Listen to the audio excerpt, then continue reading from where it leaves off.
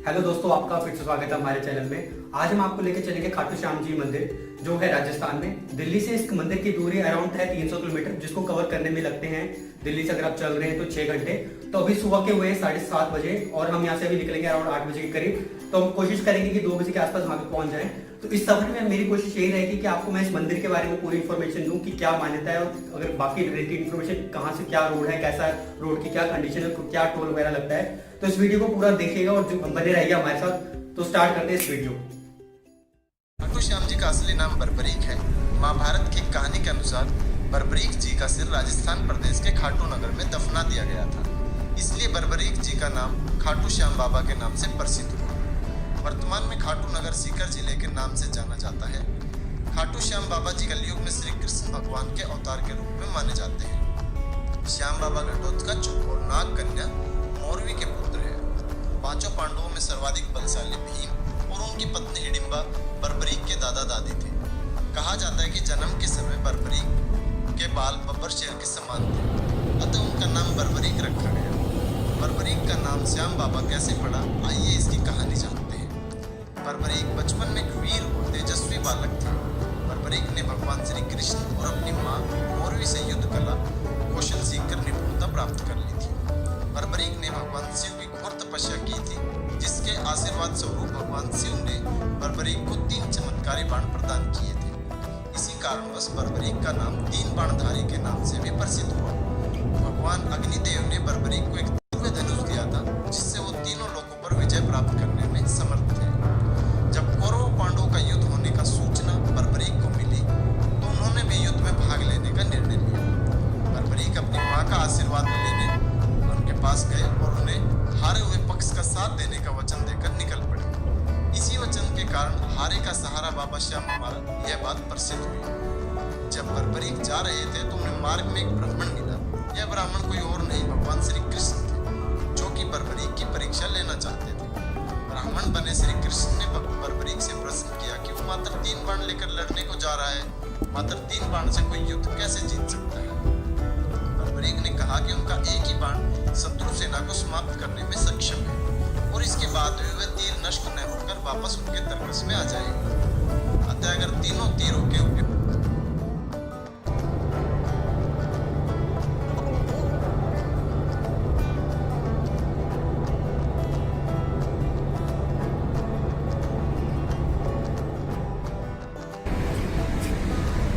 तो अभी हम पहुंचे हैं बसंत ढाबा। हमें दिल्ली से निकले थे अराउंड मॉर्निंग में 8 बजे, अभी बज चुके हैं सुबह के 10।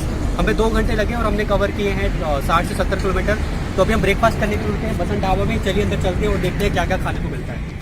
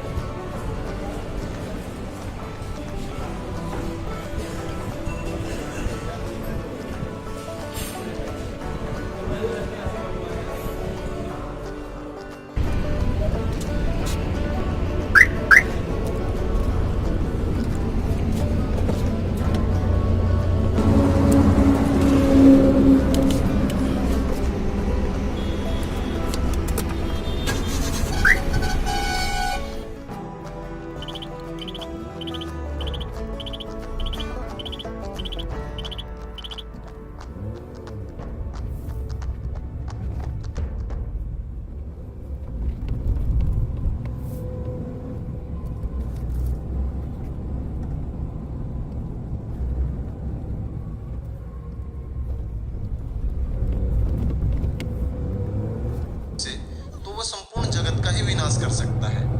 ब्राह्मण ने बर्बरीक से एक पीपल के वृक्ष की ओर इशारा करके कहा कि वो एक बाण से पेड़ के सारों पत्तों को भेद कर दिखाए। बर्बरीक ने भगवान का ध्यान कर एक बाण छोड़ दिया। उस बाण से पीपल के सारे पत्तों में छेद हो गया और उसके बाद बाण ब्राह्मण बने श्री कृष्ण जी के पैर के चारों तरफ घूमने लगा। असल में भगवान श्री कृष्ण जी ने एक पत्ता अपने पैर के नीचे छिपा दिया था। बर्बरीक समझ गए कि तीर उसी पत्ते को भेजने के लिए ब्राह्मण के पैर के चक्कर लगा रहा है। बर्बरीक बोले, हे ब्राह्मण, अपना पैर आपके पैर को भेद देगा।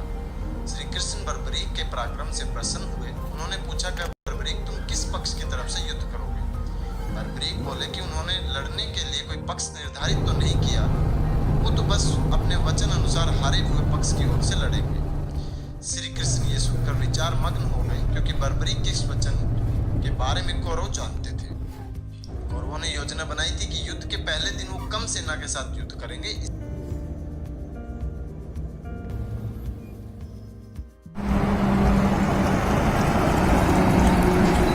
तो अभी हम पहुंचे हैं रिंगस के पास। यहाँ से खाटू श्याम जी की मंदिर की दूरी है अराउंड 10 से 15 किलोमीटर। यहाँ पे हम थोड़ा चाय वगैरह पियेंगे और थोड़ा रेस्ट करके फिर आगे बढ़ेंगे और आपको दिखाएंगे कैसा है मंदिर और कहाँ पे हम स्टे करने वाले हैं। तो चलिए चलते हैं और पीते हैं चाय।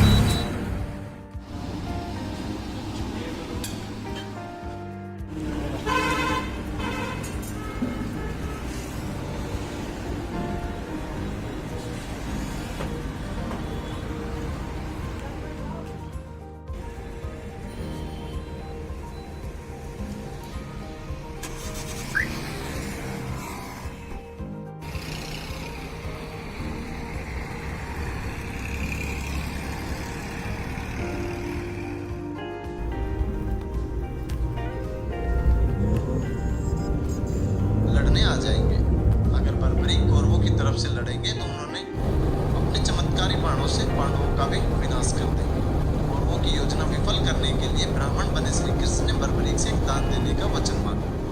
बर्बरीक ने दान देने का वचन दे दिया। अब ब्राह्मण ने बर्बरीक से कहा कि उसे दान में बर्बरीक का सिर चाहिए। इस अनोखे दान की मांग सुनकर बर्बरीक आश्चर्यचकित हुए और वो समझ गए कि ब्राह्मण कोई सामान्य व्यक्ति नहीं है। बर्बरीक ने प्रार्थना की कि वो दिए गए वचन के अनुसार अपने शीश का दान अवश्य करेंगे, लेकिन पहले ब्राह्मण देव अपने वास्तविक रूप में प्रकट हो। भगवान श्री कृष्ण अपने असली रूप में प्रकट हुए। बर्बरीक बोले कि हे देव, मैं अपना शीश देने के लिए वचनबद्ध हूँ, लेकिन मेरी युद्ध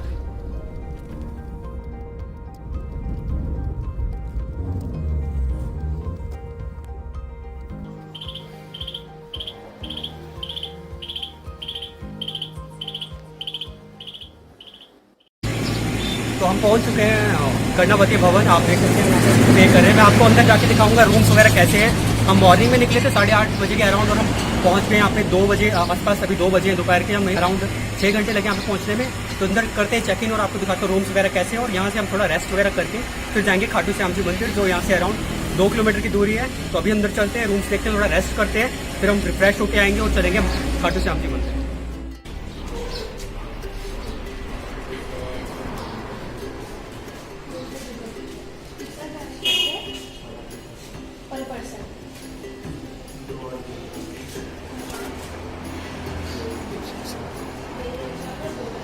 तो अगर मैं अभी रूम्स की बात कहूँ तो रूम्स के रेट यहाँ पे अराउंड 700 रुपीज़ से शुरू होते हैं, जो आपके डबल बेड होगा उसमें और AC लगा होगा। और अगर आप उसमें थर्ड पर्सन को ऐड करना चाहते हैं तो आपको 100 रुपीज़ एक्स्ट्रा पे करने पड़ते हैं। तो इस कर्णावती भवन में अराउंड 20 to 30 रूम्स हैं। और अगर आप अच्छे रूम्स चाहिए तो उसमें 900 रुपीज़ के से 1500 रुपीज़ के भी रूम्स अवेलेबल। आप ऊपर भी देख सकते हैं, ये सारे के सारे रूम्स हैं। और अगर आप यहाँ पे खाना वगैरह चाहते हैं तो यहाँ पे खाने की भी सुविधा है, आप कूपन लीजिए खा सकते हैं। तो हम चलते हैं अपने रूम पे और आपको दिखाते हैं कि कैसा रूम है। तो अभी जो हमने रूम लिया वो 700 रुपीज़ वाला लिया है, जिसमें एक डबल बेड लगा होता है और AC TV वगैरह सब होता है। कार्ड को लगा दिया है, लाइट्स पूरे रूम में जल चुकी है। तो आप देख सकते हैं कितना क्लीन रूम है, डबल बेड लगा हुआ है, कुर्सियाँ रखी गई हैं, प्रॉपर क्लीन रूम है एकदम। जो कि मुझे एक अच्छी बात लगी, इस रेट में 700 रुपीज़ में एक होटल जैसा रूम मिलना बहुत मुश्किल होता है। आप देख सकते हैं एकदम क्लीन रूम है। इसमें AC भी ऊपर लगा हुआ है जो प्रॉपर फंक्शनल है और अच्छा चलता है। ऐसा नहीं है कि AC दिखाने के लिए लगा रखा है। और यहाँ पे LCD TV आप देख सकते हैं लगा हुआ है, इसको हम बाद में चला के देखेंगे कि इसमें कौन कौन से चैनल्स आ रहे हैं नहीं आ रहे हैं। तो ओवरऑल टाइम तो रूम बहुत क्लीन है, बहुत डिसेंट है, बहुत अच्छा है। अगर आप सोने के पर्पज़ से ले रहे हैं तो बहुत अच्छा है। आप यहाँ पे लॉक करके रख सकते हो। और अब आपको मैं वॉशरूम दिखा दूँ तो वॉशरूम भी आप देखिए एकदम क्लीन वॉशरूम है, प्रॉपर लगा हुआ है इसमें। और इसमें अच्छी बात यह है कि वॉशरूम आपने गीजर भी लगा हुआ है। अगर आप गर्म पानी से नहाना चाहते हैं, अगर आप सर्दियों के टाइम पे आए हैं और आप गर्म पानी चाहते हैं तो आपको वो भी सुविधा मिल जाएगी। तो क्लीन वॉशरूम है यहाँ पे और रूम भी बहुत क्लीन है, बहुत डिसेंट रूम है। 700 रुपीज़ में बहुत अच्छे प्राइस में। तो आप कर्णावती भवन आ सकते हैं, बहुत अच्छी लोकेशन पे है। यहाँ से मंदिर की दूरी केवल 2 किलोमीटर है। रूम बहुत बढ़िया है। तो थोड़ा रेस्ट करेंगे फिर हम चलेंगे मंदिर की तरफ। तो अभी टाइम हुआ है अराउंड 5:36 आप देख सकते हैं। तो अभी हम यहाँ पे होंगे तैयार फटाफट। मंदिर में जो आरती का टाइमिंग है वो अराउंड 7:15 से स्टार्ट होती है आरती, जो 7:45 या 7:50 तक चलती है। तो हमारा यही रहेगा कि फटाफट मंदिर जाए। यहाँ से अभी 10 से 15 मिनट लगेंगे मंदिर पहुंचने में। हम अराउंड मंदिर पहुंच जाएंगे 6 बजे। फिर वहाँ पे दर्शन करेंगे और आपको दिखाऊंगा कितनी भीड़ होती है, कैसी मार्केट है वहाँ पे, और अगर आप गाड़ी लेके आ रहे हैं तो कहाँ पे पार्क करें। तो चलिए तैयार होते हैं और फटाफट फिर निकलते हैं मंदिर।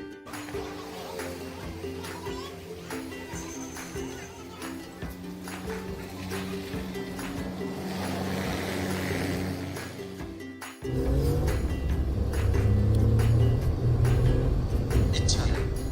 श्री कृष्ण बर्बरीक की वचनबद्धता से प्रसन्न होकर उसकी इच्छा पूरी करने का आशीर्वाद दिया। बर्बरीक ने अपना शीश काटकर श्री कृष्ण जी को दे दिया। श्री कृष्ण ने बर्बरीक के सिर को 14 देवियों द्वारा अमृत से सींचकर युद्ध भूमि के पास एक पहाड़ी पर स्थित कर दिया, जहां से बर्बरीक युद्ध का दृश्य देख सके। और इसके पश्चात श्री कृष्ण ने बर्बरीक के धड़ को शास्त्रोक्त विधि से अंतिम संस्कार भी किया। महाभारत का महान युद्ध समाप्त हुआ और पांडव विजयी हुए। विजय के बाद पांडवों में यह बहस होने लगी कि इस विजय का श्रेय किस योद्धा को जाता है। श्री कृष्ण ने कहा, चूंकि बर्बरीक इस युद्ध के साक्षी रहे, अतः इस प्रश्न का उत्तर उन्हीं से जानना चाहिए। तब परम वीर बर्बरीक ने कहा कि इस युद्ध की विजय का श्रेय मात्र कृष्ण जी को जाता है, क्योंकि यह सब श्री कृष्ण की उत्कृष्ट नीति के कारण ही संभव हुआ है। विजय के पीछे सब कुछ श्री कृष्ण जी की ही माया थी। बर्बरीक के सत्य वचन से देवताओं ने बर्बरीक पर पुष्पों की वर्षा की और उनके गुणगान गाने लगे। श्री कृष्ण वीर बर्बरीक की महानता से अति प्रसन्न हुए और उन्होंने कहा कि हे वीर बर्बरीक, आप महान हैं। मेरे आशीर्वाद से आज से आप मेरे नाम श्याम से प्रसिद्ध हो जाओगे। कलयुग में आप कृष्ण अवतार के रूप में पूजे जाओगे और अपने भक्तों का मनोरथ पूर्ण करोगे। भगवान श्री कृष्ण का वचन सिद्ध हुआ और आज हम देखते हैं कि भगवान श्री खाटू श्याम बाबा जी अपने भक्तों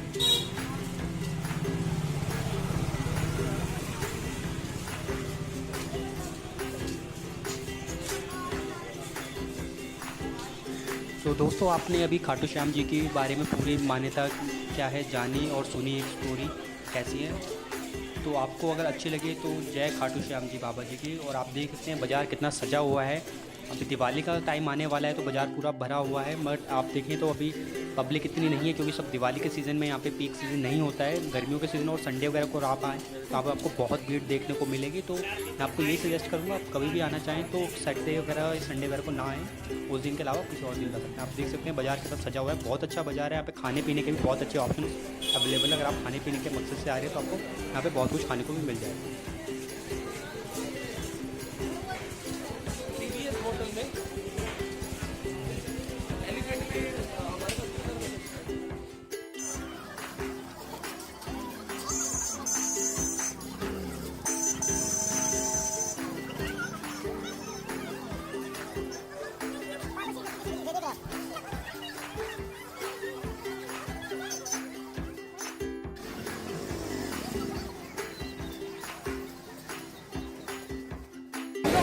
तो हम पहुंच चुके हैं खाटू श्याम जी मंदिर के पास। आप देख सकते हैं मेरे पीछे है मंदिर।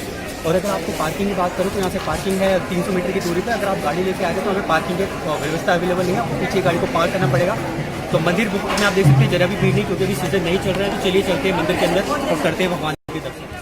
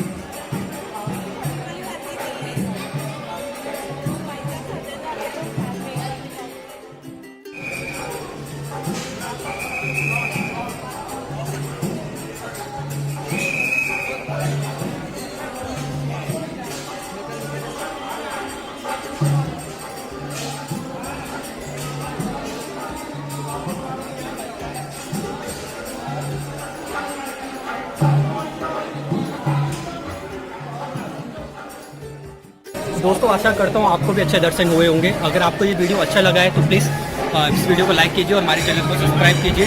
अगर आपके मन में कोई डाउट है खाटू श्याम जी मंदिर आने से रिलेटेड कि कहाँ पार्किंग करनी है, कहाँ स्टे करना है, किस टाइम में है, तो आप कमेंट सेक्शन में जाके क्वेश्चन पूछ सकते हैं और रिप्लाई करेंगे। और अगर आपको वीडियो अच्छा लगे तो प्लीज़ वीडियो को लाइक जरूर कीजिए और हमारे चैनल को सब्सक्राइब करना ना भूलिएगा। तो दोस्तों मिलते हैं अगले नए वीडियो के साथ। टेक केयर दोस्तों, बाय बाय।